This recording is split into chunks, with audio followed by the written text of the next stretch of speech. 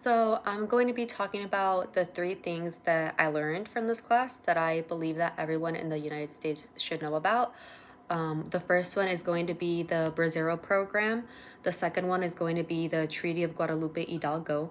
And the third one is going to be the legal and civil rights recognition from the Hernandez v. Texas case. So starting with the Bracero program, which was active from about 1942 to 1964. The Bracero program was established during World War II to bring millions of Mexican workers, also known as braceros, into the U.S. on temporary labor contracts in order to fill the agricultural and railroad labor shortages here in the States. According to my article, Latinx Resource Guide, the Bracero program roughly started around August 4th, 1942, with the program issuing U.S. work permits to millions of Mexicans to ease labor shortages. And the program was said to have ended around December 1964. Although these workers were guaranteed to be provided basic protections such as wages, food, and housing, many braceros experienced exploitation during this program when this program was active. Their pay was also withheld, and they mostly lived in poor conditions, and they were obviously discriminated against. According to my article that I found from SDSU, the San Diego Chicano History, many braceros actually never returned to Mexico, and many had crossed the U.S. undocumented because of the very high demand for unmet labor workers. And this shaped modern immigration flow and contributed to the growth of Mexican American communities in the United States. This program is not this program, but this topic in particular, I think is important to learn because the Bracero program does a lot to explain why Latin populations in the US are as high as they are, and it also explains a lot about labor dynamics and issues around undocumented immigration.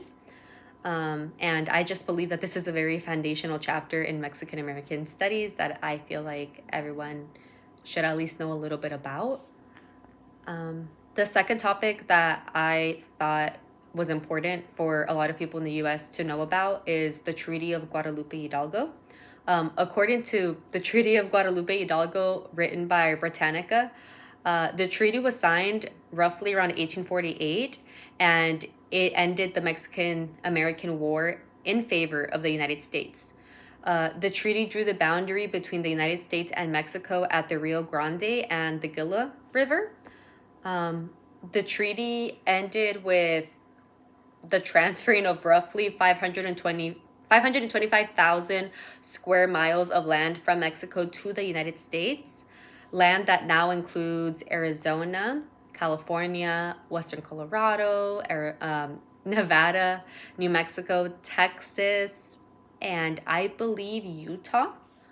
The Mexican-American War began 1846, May, I believe, when U.S. Congress voted in favor of President James Polk's request to declare war on Mexico in a dispute over Texas. The other article, Treaty of Guadalupe Hidalgo by History, states that under the threat of war, the U.S. had refrained from annexing Texas after the latter had won independence from Mexico in 1836. The treaty theoretically guaranteed that Mexican residents of those newly ceded territories could remain and become U.S. citizens with protections over property and civil rights. It's also important to learn about this topic because much of what's now known as American Southwest, including major American cities, were once a part of Mexico. And this Treaty of Guadalupe Hidalgo reshaped U.S. geography, in my opinion, and it also reshaped its cultural and demographic makeup. And it also created long-standing debates over land, identity, and citizenship that I believe still echo in our society today. The third thing that I think everyone in the US should know about, I think it's a very important case, especially to me since I'm actually a criminal justice major. I feel like this is a very important case, which is the Hernandez v. Texas case from 1954. It's one of the most important cases in Mexican American history due to its significance. According to the article Supreme Court Rules in Hernandez v. Texas, in this case, the Supreme Court unanimously decided that the 14th Amendment applied to all racial and ethnic groups facing discrimination, which effectively broadened civil rights laws to include Hispanics and all other non-whites. So this case helped Hispanics and other Latinos gain protection from the 14th Amendment against discrimination and all other discriminatory actions that were happening to them at this time. According to the other article, the Labor and Civil Rights, Peter Hernandez was a man who was convicted of murdering another man outside of a bar in Texas in a fatal shooting. The legal case was not over the dispute of whether or not Hernandez committed the murder, but of the subject of discrimination, because Hernandez was actually denied a fair jury of his peers, which is a basic protection provided by the Sixth Amendment. They were actually able to prove that no one in the jury actually had a Spanish last name. So the ruling actually found that this type of discrimination was unconstitutional. And it also set a precedent for future legal advances in voting, jury service, civil rights, and much, much more.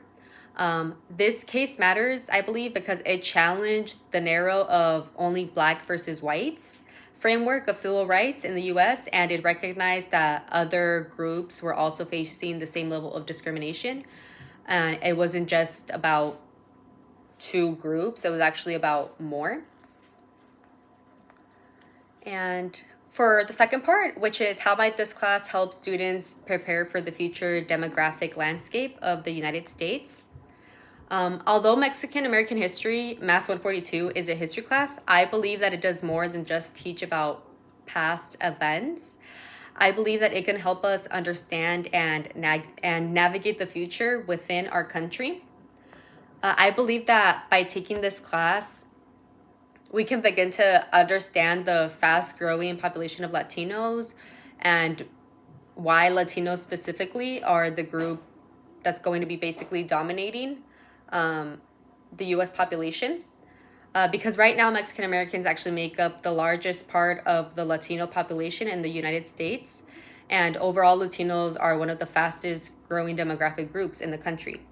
And I believe that studying Mexican American history will give students insight into cultural influences that have shaped societies and communities, as well as the social, economic, and political trends tied to Latino growth.